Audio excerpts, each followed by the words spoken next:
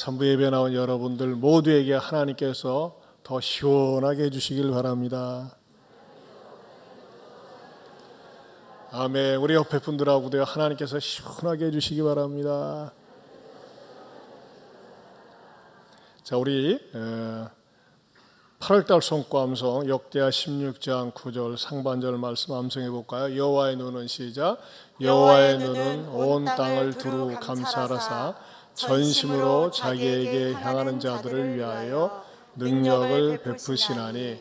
역대하 16장 9절 상반절 말씀. 아멘. 내일이면 무슨 날인지 아시죠?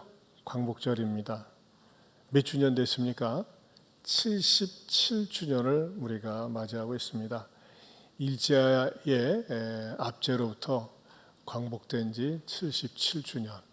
그래서 이 광복절을 맞이하면서 오늘 설교 제목을 잊지 말고라는 제목으로 삼았습니다.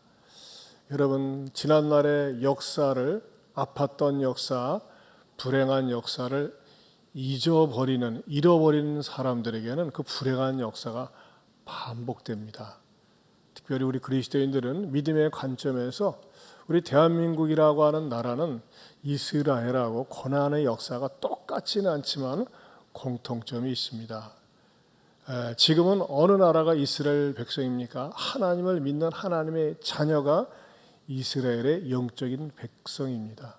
그런 의미에서 우리도 해방 77주년을 맞이해서 우리 민족을 하나님이 얼마나 사랑하시고 이끌어 주셨는지 또 감사해하면서 더욱더 이 족을 위해서 기도하는 거룩한 믿음의 애국자들 될 수 있기 원하는 마음으로 메시지를 준비했습니다.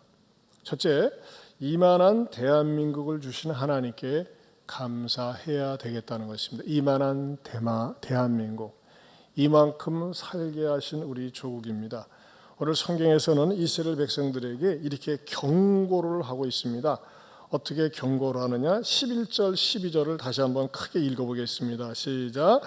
내가 채우지 아니한 아름다운 물건이 가득한 집을 얻게 하시며 내가 파지 아니한 우물을 차지하게 하시며 내가 심지 아니한 포도원과 감람나무를 차지하게 하사 내게 배불리 먹게 하실 때에 너는 조심하여 너를 애굽 땅 종 되었던 집에서 인도하여 내신 여호와를 잊지 말고. 자, 무엇을 잊지 말라고 그랬어요? 애굽 땅 종 되었던 집에서 인도하여 내신 여호와를 잊지 말라 그랬어요. 우리는 애굽의 종 되었던 적은 없습니다. 그러나 가만히 저도 저 자신을 돌아볼 때 옛날에 가난의 종이 된 적이 있었고 질병의 종이 된 적이 있었고 또 무지의 종이 된 적이, 때로는 죄악의 종이 된 적이 있었음을 고백합니다. 그런데 지금은 말이죠, 하나님께서 어떻게 해주셨어요? 하나님께서 솔직히 얘기해서 11절 하반절처럼 배불리 먹게 하셨다. 무슨 말씀입니까? 편안하게 잘 지내게 해주셨다고 하는 것이죠. 그런데 사람들은 편안하게 잘 지낼 때 자기에게 베풀어 주신 은혜와 복을 잊어버립니다. 여러분, 이 땅에 살면서 우리가 종종 괘씸하게 기분 나쁘게 생각한 사람이 누굴까요? 배은망덕한 사람입니다. 아니, 내가 은혜를 베풀었는데, 호의를 베풀었었는데, 사랑을 베풀었었는데 까마득하게 잊어버려 말 한마디 고맙다고 할 줄 몰라 굉장히 괘씸하게 생각을 하고, 그런 인간하고는 상종하고 싶어 하지 않습니다. 그런데 우리 하나님도, 이 절대적인 하나님도 인격적인 분이시기 때문에 하나님께서 그렇게 많은 복을 베풀으셨는데 그 하나님을 잊어버릴 때 하나님은 화가 나신다고 그랬어요. 어느 정도로 화가 나시느냐? 15절의 중간에 보면 질투하시는 하나님이신즉 너를 지면에서 멸절시킬까 두려워하노라 그랬어요. 우리가 신앙생활이 복을 받아가지고 잘 되면서 하나님께 복을 받았는데 그 복을 잊어버릴 뿐만 아니라 하나님을 외면하면 하나님께서 지면에서 멸절시킨다 그랬어요. 얼마나 두려운 말씀입니까? 하나님이 우리를 지면에서 멸절시키기 위해서 이런 말씀을 주신 걸까요? 그게 아니죠. 그만큼 경각심을 가지고 우리 하나님은 그 은혜를 잊어버리지 말라는 것입니다. 여러분, 지금 참 올해 들어서 또다시 예측할 수 없는 이런 일들이 이루어지는 것 가운데 하나가 지난번에는 115년 만에 폭우가 서울에 임해가지고 강남 일대가 난리 나지 않았습니까? 사실 강남은 굉장히 잘 사는 동네입니다. 그런데 몇 년 전에도 강남이 폭우가 일어나가지고 강남역이 말이죠 침수가 되고 그랬었어요. 그리고 그것 때문에 시에서 대대적으로 공사를 하면서 배수로 공사를 몇 조를 들어서 하기로 했었는데 정권이 바뀌면서 그냥 중단을 해버렸어요. 저건 인재예요, 인재. 여러분 익산에도 저는 제가 익산에 산 지 현재 27년째 됐는데 27년 살면서 작년과 같은 재해를 맞이한 적은 처음이었어요. 익산이 원래 물에 잠기지 않거든요. 왜? 익산이 그렇어요. 동네가 좋잖아요. 익산, 이로운 산지. 말대로 되는 거예요. 근데 작년에는 왜 재해가 일어났습니까? 인재였어요. 공사하던 사람이 제대로 하질 않아가지고 물길이 막혀가지고 창인동, 중앙동 일대가 난리가 났었는데 이번에도 그 장사하시는 집사님한테 제가 전화를 걸어서 확인해 보니까 뭐 전혀 하자가 없답니다. 그러니까 대부분 인재로 일어나는 경우가 많다고 하는 것이죠. 근데 여러분 인재가 어떤 지역 사회만 있습니까? 국가적으로도 임할 수 있다는 거예요. 하나님 앞에 매를 맞아서. 여러분 영국이라는 나라는 한때 해가 지지 않는 나라였습니다. 전 세계 가장 많은 선교사를 파송하고 보내고 사역을 할 때는 하나님께서 울타리가 되어주셔가지고 축복을 해주셨는데 지금 영국은 말이죠 거의 하나님을 떠나다시피 했어요. 그래가지고 영국에서 최근에는 나라에서 이런 방송까지 했습니다. 46년 만에 최악의 가뭄에 나라에서 공식적으로 요구한 거예요. 매일 머리 감지 말아라. 여러분 매일 머리를 감지 말라고 할 정도로 나라가 어저께 뉴스는 보니까요 가뭄을 공식적으로 선언했다고 그러더라고요. 여러분 46년 만에요. 저 한번 보세요. 이 논에 말이죠 소들이 먹을 게 없어가지고서 저거 뭐 사막이 아닙니다. 그냥 영국의 한 농가 쪽에 일어나고 있는 그런 현상이에요. 이렇게 어려움을 겪고 있다고 하는 것입니다. 그에 비해서 여러분 우리나라는 이렇게 참 덥기도 했지만 또 폭우가 쏟아지기도 하고 무엇보다도 말이죠 전국 어디를 돌아다녀도 대한민국 푸르름으로 가득 차다고 하는 것입니다. 사실 박정희 전 대통령은 공과가 분명히 있는 지도자였습니다. 그의 허물에 대해서는 인권 탄압이라든지 잘못된 거 많이 있는 거 우리가 알고 있죠. 그러나 그의 공을 꼽는다면 산에 나무를 심어서 산림 녹화에 공이 크다고 하는 것입니다. 세계에 많은 나무들이 있지만 헐벗은 산을 없애기 위해서 대통령이 직접 나서서 진두지휘해가지고 민둥산을 갖다가 푸른 산림으로 이끌어낸 사람입니다. 여러분 우리가 외정시대 때 그 해방되고 난 다음에 나무를 무지무지하게 많이 베갔어요. 왜 뭐라고 하면서 베가는지 아시면 일본 놈들이 심은 거라고 하면서 그러면서 베가고 낙엽도 갖다가 불 떼고 그야말로 황폐하기 짝이 없는 우리가 50년 이후에 60년대 얼마나 물난리를 많이 만났습니까? 근데 박 대통령이 산림 녹화에 주력을 하면서 심지어는 지금은 각 나라 공무원들이 연수를 받으러 올 정도로 우리나라는 나무가 우거진 정말 숲이 우거진 그런 나라들이 되었다고 하는 것입니다. 하지만 조금 더 신경을 써가지고 나무를 심는 데는 성공했는데 이 산을 활용하는데 이 좋은 나무들을 갖다가 활용하는 데까지 좀 나가야 되는데 그 부분에 있어서는 아직 좀 미흡합니다. 하지만 여전히 북한과 비교해 봤을 때 말이죠. 북한은 황량하기 짝이 없습니다. 정말 이게 남북 통일이 돼도요. 이 통일에 대한 대가 지불이 너무나 엄청납니다. 제가 2002년도에 북한 갔다 오지 않았습니까? 그때의 북한에 쭉 돌아다니면서 산을 보았을 때 모습하고요. 지금하고 거의 같아요. 여러분 최근에 그 사진 하나 찾아보니까요. 민둥산 한번 보세요. 민둥산. 산이에요, 산. 산인데 나무가 없어요. 이것을 갖다가 그 잡초만 무성한 나무 잡초가 있어요. 이렇게 멀리서 보면 푸른 것 같은데 그게 나무가 아니라 잡초만 무성한 북한 산림의 모습을 YTN 사이언스에서 촬영한 거 잠깐 보겠습니다. 심각하게 황폐해진 북한 산림의 모습이 환경단체 조사로 확인됐습니다. 산림이 훼손되면서 발생하는 산사태와 홍수 때문에 해마다 수백 명이 숨지는 것으로 추정됩니다. 정유진 기자가 보도합니다. DMZ가 시작되는 파주 임진강 맞은편 북한 지역. 울창한 숲 대신 곳곳에 맨살이 드러난 민둥산이 보입니다. 나무는 듬성듬성 있을 뿐 사진에서 보이는 녹색은 대부분 잡초입니다. 북한 강원도 지역인 김화군 남대천 주변도 마찬가지. 나무가 적다 보니 산사태가 핥히고 지나간 모습이 곳곳에서 눈에 띕니다. 북한강 최상류와 금성천 일대도 산지로 이루어져 있지만 나무는 찾아보기 힘듭니다. 급경사 지역인데도 식량난 때문에 나무를 베어내고 계단밭을 만들어 살림이 조성되기 어려운 상황입니다. 군사방어용으로 초소가 있는 곳만 유일하게 숲이 남아 있습니다. 이 사진들은 녹색연합이 지난 2005년부터 지난해까지 13년 동안 DMZ에 접하는 북한 지역을 촬영한 것입니다. 지금까지 위성사진으로 산림을 분석한 적은 있지만 실제 현장의 생생한 모습이 확인된 것은 이번이 처음입니다. 산림 부족 사태는 산사태와 홍수로 연결되는데 북한에서는 최근 10년간 홍수로만 1,500여 명이 목숨을 잃었습니다.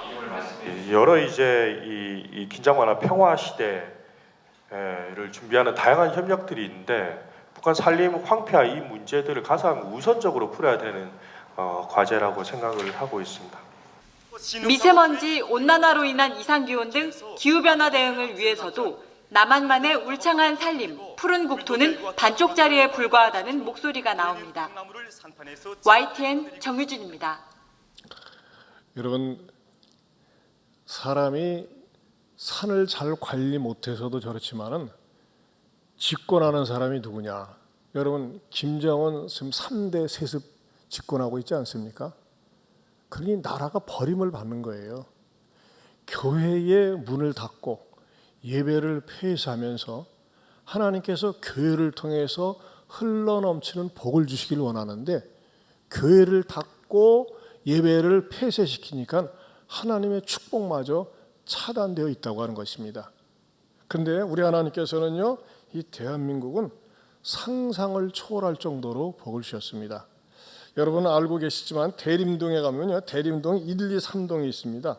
근데 대림 2동에는 약 80%가 외국인이 거주하는데 그 가운데 70%가 조선족이 산다고 합니다. 여러분, 이 조선족은 정말 열심히 산다고 합니다. 어느 정도로 사느냐? 우리 한국 사람들이 3D 업종이라고 싫어하는 일을 갖다가 도맡아서 하는데 우리나라에서 한 3년, 4년 정도만 고생하면은 중국에 가서 집 한 채를 살 수 있을 정도로 열심히 일을 한다고 합니다.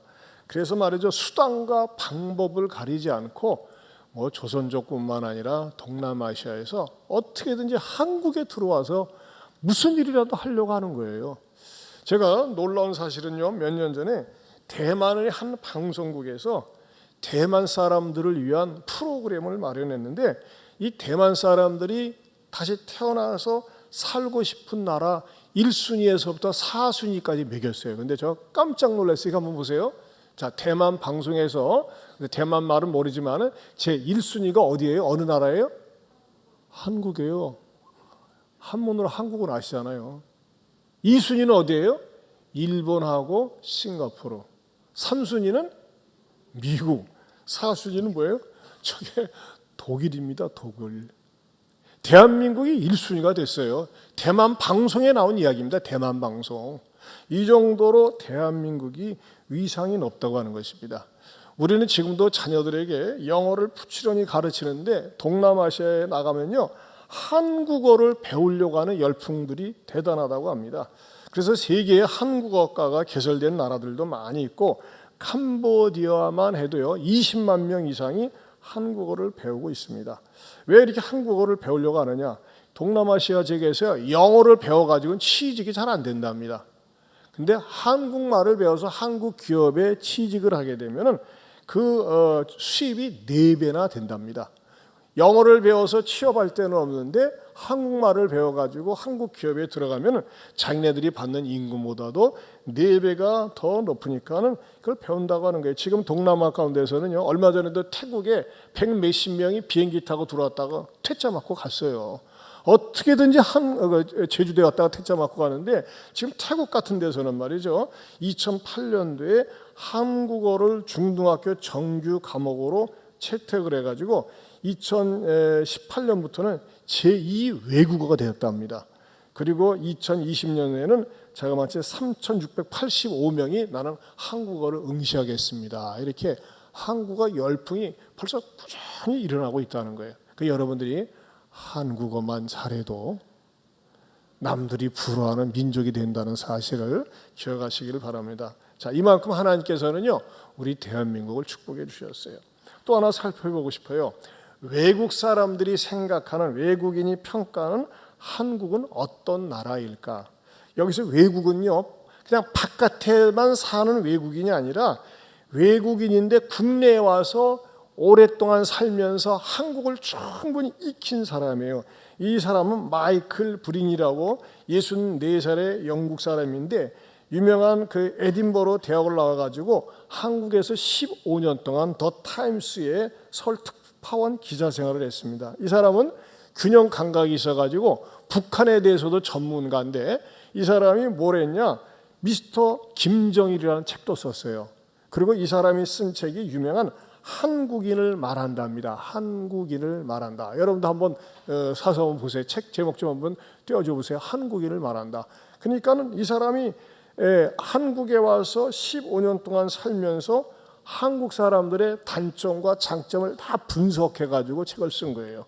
자, 이 사람이 한국 사람의 문제는 이런 게 있다. 너무나 정확해요. 우리 한국 사람들 여전히 부패한 부분이 있다. 그리고 한국 사람은 다른 나라 사람에서 성질이 더럽게 급하다. 성질이 우리 급하지 않습니까? 빨리빨리. 이것도 잘 파악했어요. 또 하나는 뭡니까? 당파성이 강하다. 우리나라 사람은 얼마나 당파성이 강합니까? 내 편, 네 편, 뭐 진영 논리 해가지고. 근데 여러분 이런 것들은요 어느 나라에나 있어요. 하지만 이런 부분들을 갖다가 이 마이클 브린은 그냥 얼마든지 있을 수 있다. 하지만 이것보다도 이 대한민국은 정말 전 세계가 부러워하는 그런 좋은 특성을 가지고 있다 그랬어요. 제가 깜짝 놀랐어요. 첫 번째는 뭐냐면요. 자, 한번 띄워줘 보세요. 같이 읽어볼까요? 시작. 평균 IQ 105를 넘는 유일한 나라. 나는 이 부분 동의가 안 돼. 제가 105가 아니거든요. 근데 평균 IQ가 105가 넘는데요. 두 번째는요. 시작. 일하는 시간 세계 2위. 일은 많이 하는 것 같아요. 세 번째. 평균 노는 시간 세계 3위인 잠 없는 나라.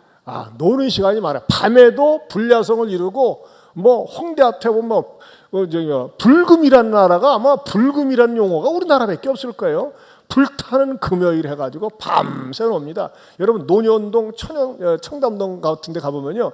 저는 이렇게 새벽기도 마치고 아침 해장국 먹으러 가보면요. 젊은 처자들이 와가지고 아침부터 술을 마시고 있어요. 대단한 나라입니다. 대단한 나라예요. 자, 그 다음에 네 번째로 시작. 문맹률 1% 미만인 유일한 나라. 그렇죠. 우리 문맹률 거의 없어요. 그 다음에 미국과 제대로 전쟁했을 때 3일 이상 버틸 수 있는 8개국 중 하나인 나라. 왜 우리하고 미국하고 왜 전쟁 붙이려고 그러나 모르겠어요. 전쟁 의사도 없는데 어쨌든 그런 나라라 이거. 여섯 번째.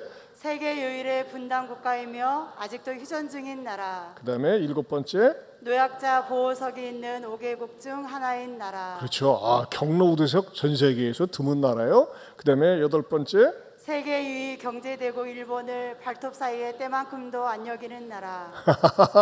아주 일본에 대해서 우리는 조금 더 주목을 듣지 않습니다. 발톱 사이에 때만큼도 안 여긴다고 얘기하고 있어요. 왜 그렇게 잘 웃으셨어요? 그 다음에 아홉 번째 시작. 여성부가 존재하는 유일한 나라. 그 다음에 음악 수준이 가장 빠르게 발전한 그렇죠. 나라. K-팝은 대단한 것 같아요. 그 다음에 그 다음 지하철 평가 세계 1위로 청결함과 편리함 최고인 나라. 이건 정말 최고입니다. 우리나라 지하철처럼 잘 되는 데가 없어요. 깨끗하고. 그 다음에 세계 봉사국 순위 4위인 나라. 네, 그 다음에 문자 없는 나라들에게 유엔이 제공한 문자는 한글이다.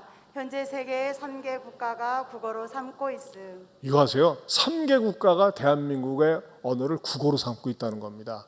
그 다음에 14번째. 가장 단기간에 IMF 극복해 세계를 경악시킨 나라. 그렇죠. 아마 인류 역사상 IMF 때 금을 모아가지고서 나라를 돕는 일을 했던 나라는 없어요.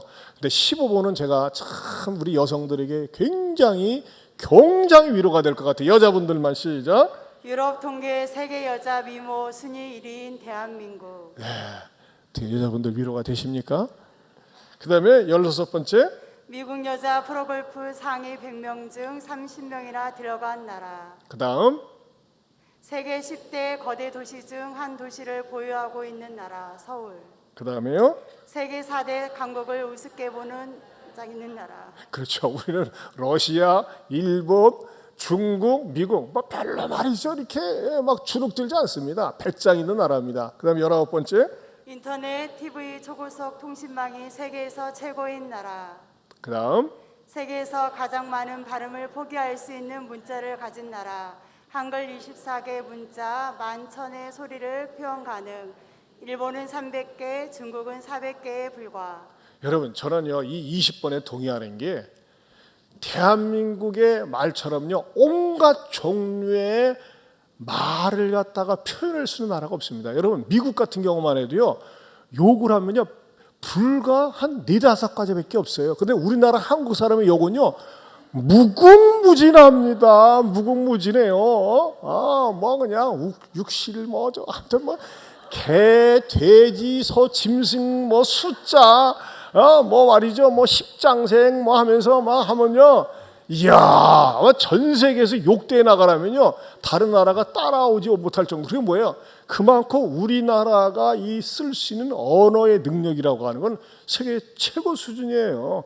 대단한 민족입니다. 그 다음에요, 세계 각국 유수 대학의 우등생 자리를 휩쓸고 있는 나라. 2위 네, 이스라엘, 3위 독일. 그렇죠. 그 다음에 22번째, 한국인은 유태인을 게으름뱅이로 보이게 하는 유일한 민족. 까칠하고 비판적이며 전문가 뺨치는 정보력으로 무장한 한국인. 자, 그 다음에 23, 세계에서 가장 기가 센 민족. 한국인은 가장 사람에게 꼭 놈자를 붙인다. 미국 놈, 외놈, 대놈, 러시아 놈 등 무의식적으로 놈자를 붙여 깔보는 게 습관이 됐다. 자, 그래요. 우리나라 사람들 대단해. 근데 24번에 또 약소국에 대해서 무시하진 않아요. 양방국가요. 24번 시작. 약소국에 관대 아프리카 사람, 인도네시아 사람, 베트남 사람 등 이런 나라엔 놈자가 붙이지 않는다. 여러분, 우리가 같이 일하면서 이제 의외로 이렇게 식당들 조선족이 많거든요. 그런 이 조선족에 대해서 막 비판하는 그런 게 또 있어요. 근데 우리는 조선놈이라고 안 하잖아요. 그렇죠? 우리는 강대국에 대해서는 일본놈, 외놈, 떼놈, 뭐 중국놈 하는데 베트남 놈이란 말로 못 들어봤어요. 말레이시아 놈. 그러니까 우리보다 약한 나라에 대해서는 존중해 주는 거예요. 굉장히 참 그런 부분에 있어서는 우리 대한민국 사람이 그래도 욕하는 가운데서 은혜가 있다. 그런 생각이 들어갑니다. 그 다음에 25번째. 한국의 사냐는 음양이 강하게 충돌하기 때문에 강할 수밖에 없다. 강한 개는 강한 종자를 생산한다. 그 다음에요. 한중일 삼국 중 한국의 진달래가 가장 예쁘고 인삼의 질도 월등하다. 물맛도 최고고 음식도 정말 맛있다. 네. 그 다음에요. 세계에서 한국의 꽁처럼 아름다운 꽁이 없고 한국의 한우처럼 맛있는 고기는 없다. 그 다음에요. 한국인이야말로 세계에서 가장 기가 강한 민족이다. 예, 기가 강한 민족이다. 그리고 29번째는요. 한국의 독립운동사만 봐도 알 수 있다. 이 마이클 브루니 말이죠. 한국의 이 독립운동사에 대해서 연구를 많이 했는데 뭐냐면요. 이 중국이란 나라는 우선 대한민국에 비해서 거의 뭐 수백 배 수준 되지 않습니까? 어마무지합니다. 그래서 중국은 광활한 대륙, 끝없는 사막, 넓은 고원들이 있어요. 그래서 중국 사람들은 자기 스스로를 일컬어서 대인이라고 그래요. 그래서 중화 사상을 퍼뜨리려고 그러죠. 전 세계는 중국 중심이다. 하지만 말이죠, 마음 씀씀이는 얼마나 쫌쟁인지 모릅니다. 그런데 또 보세요. 참 재미있는 통계는요. 1932년 이제 이걸 설명하고 있어요. 대륙에서 태어난 중국인이 마음도 넓고 아주 강할 것 같지만 생각 밖으로 그 기질은 한국 사람보다 약하다는 겁니다. 1932년 일본이 중국에 만주국을 건설하고 1945년 그 망할 때까지 13년 동안 난징 대학살을 포함해서 일본 사람에 의해서 죽은 중국 사람이 몇 명 되는지 아세요? 3,200만 명이 죽었습니다.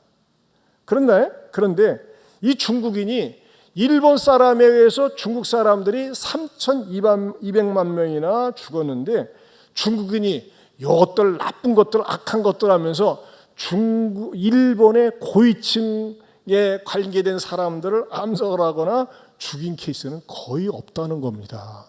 오히려 한국은 말이죠.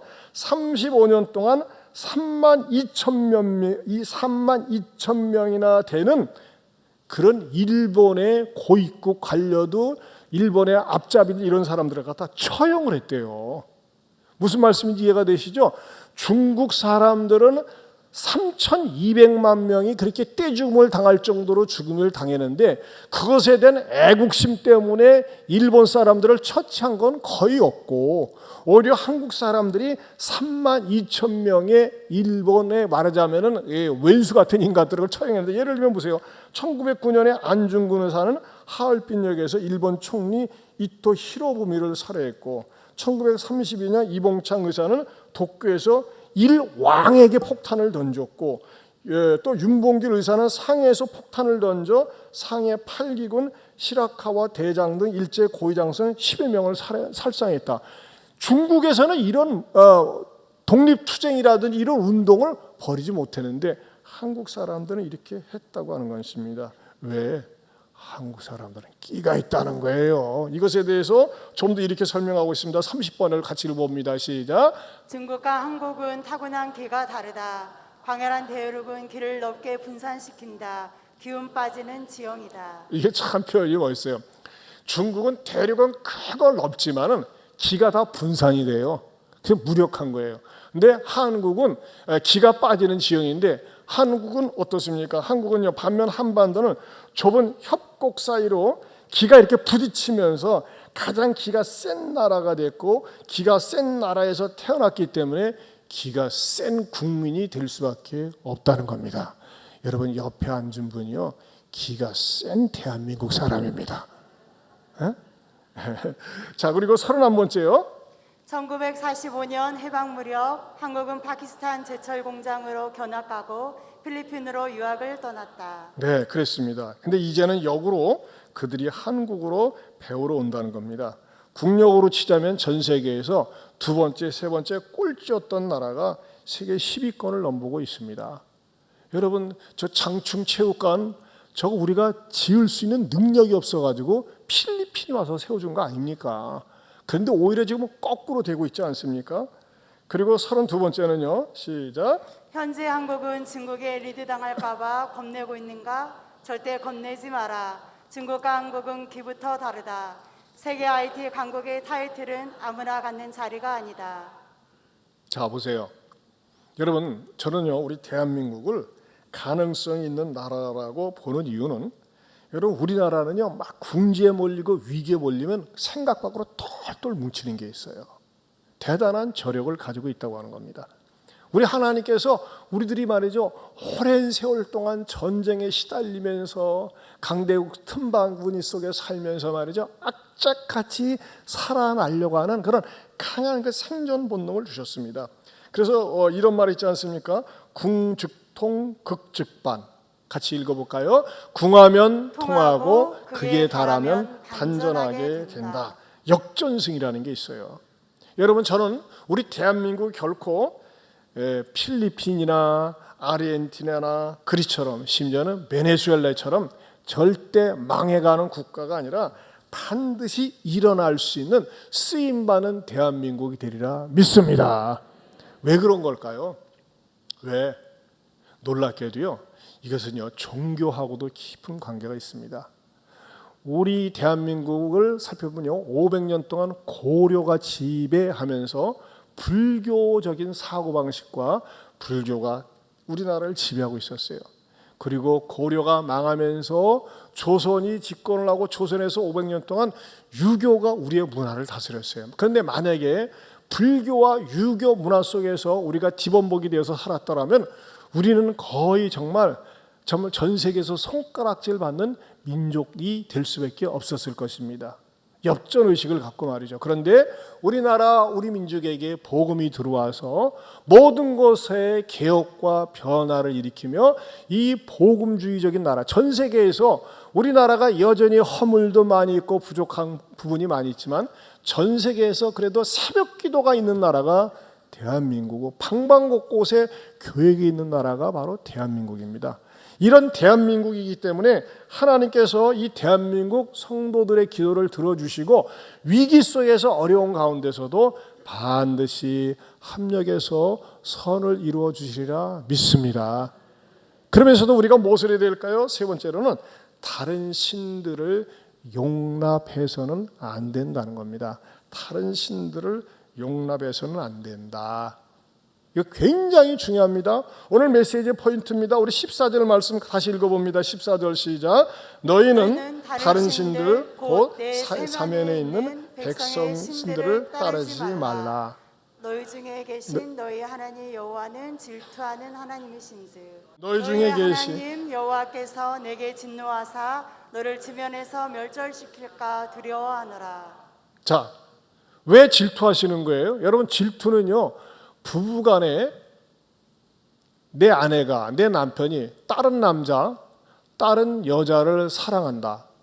성경은 질투하는 것을 당연하게 인정하고 있어요. 질투를 해야 된다는 거예요.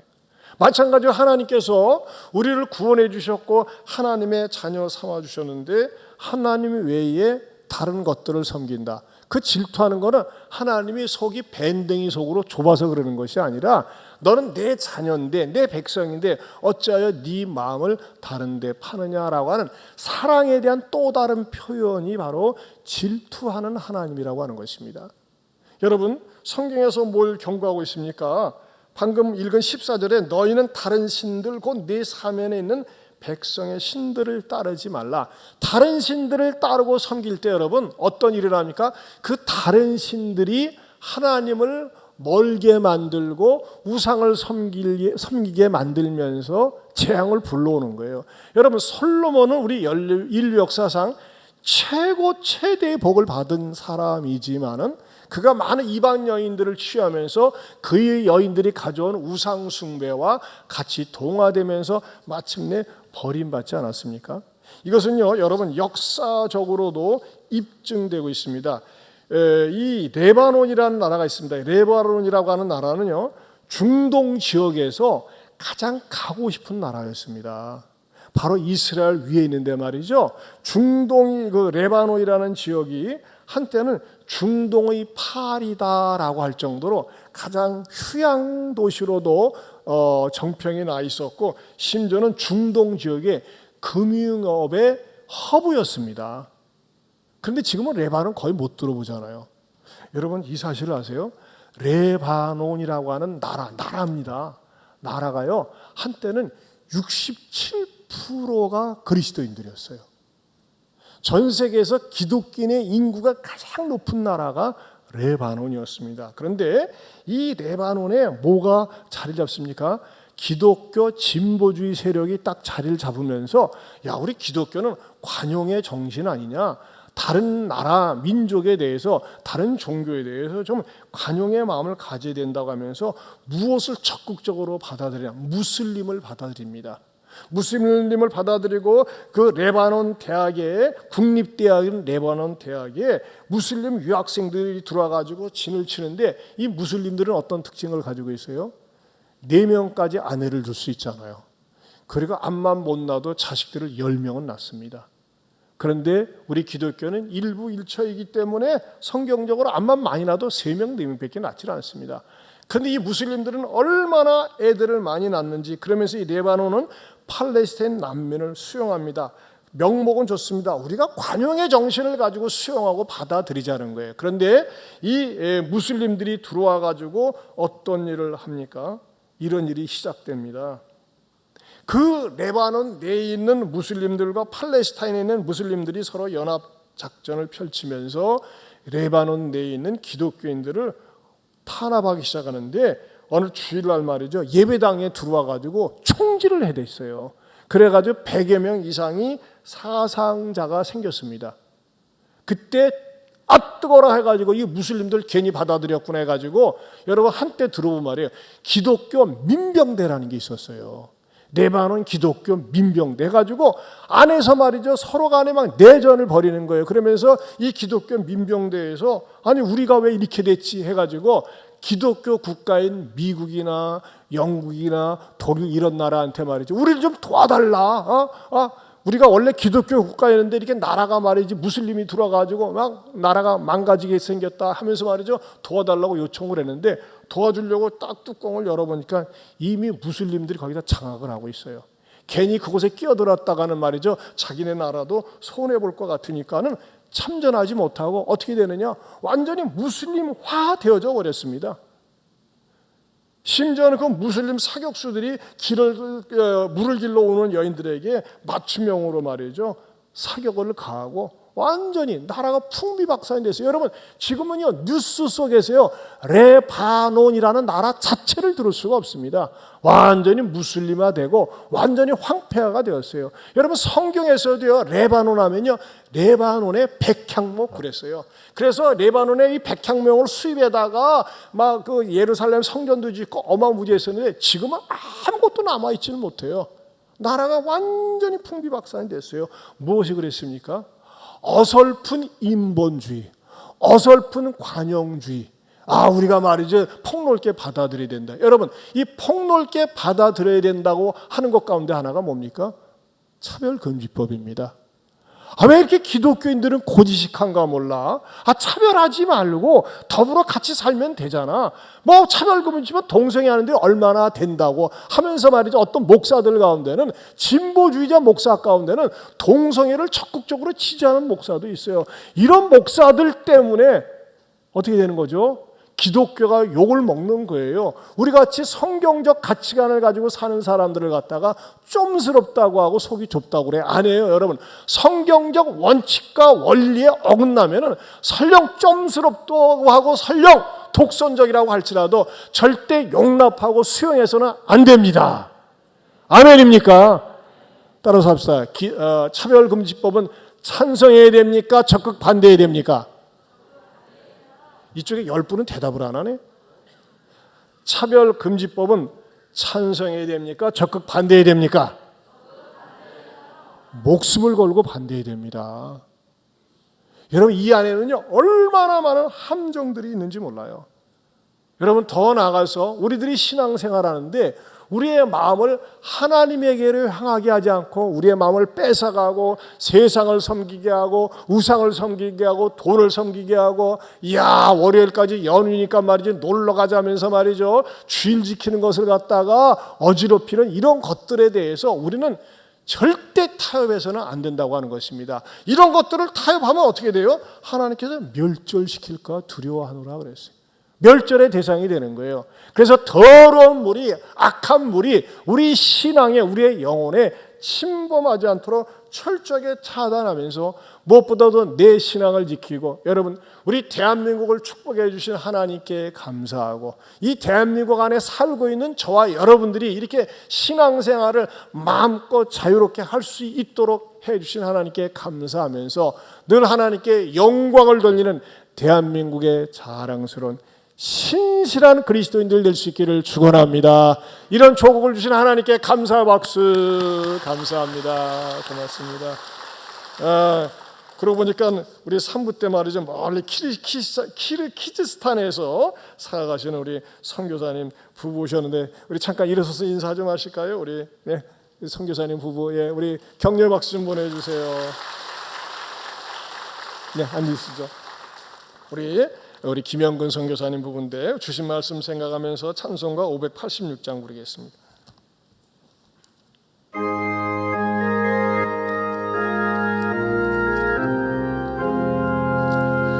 어느 민족 누구게나 결단할 때 있나니 창과 거짓 싸울 때에 어느 편에 설 건가 주가 주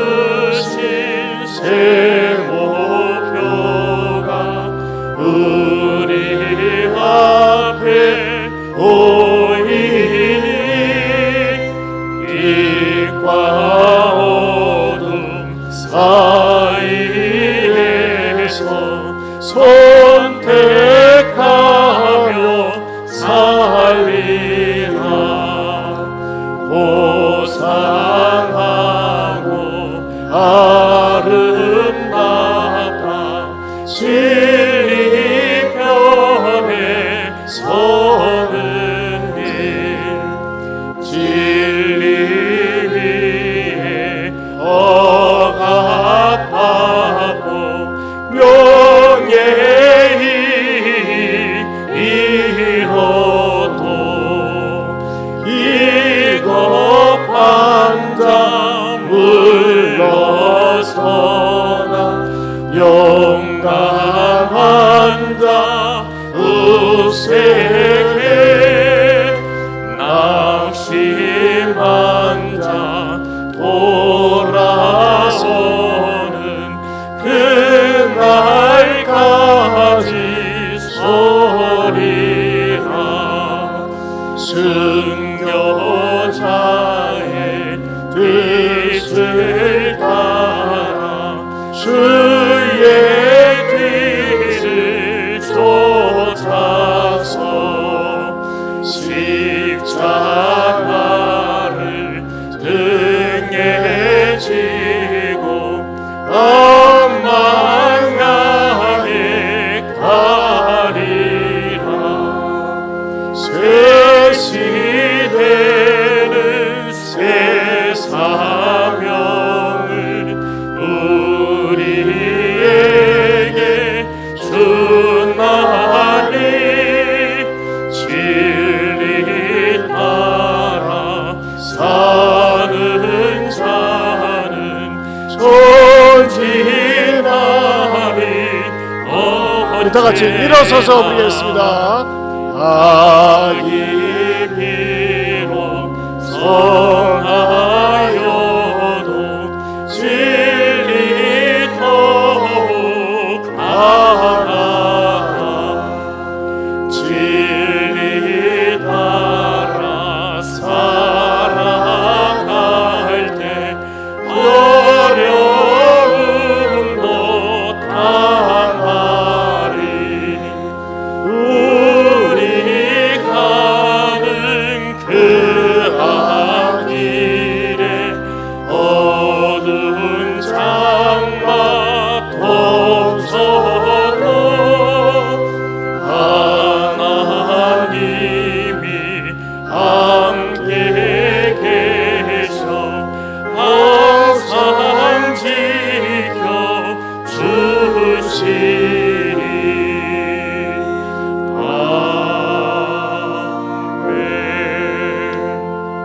여러분, 우리 이 시간에 두 손 들고 광복 77주년을 맞이하면서 하나님, 우리 대한민국을 일제의 압박으로부터 구원해 주시고 또 전쟁의 소용돌이에서부터 구원해 주심을 감사합니다.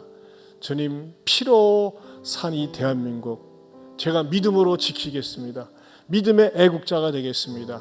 내 신앙 속에, 우리의 가정 속에 악한 영이 들어오지 못하도록, 더러운 영이 들어오지 못하도록 정신 차리겠습니다.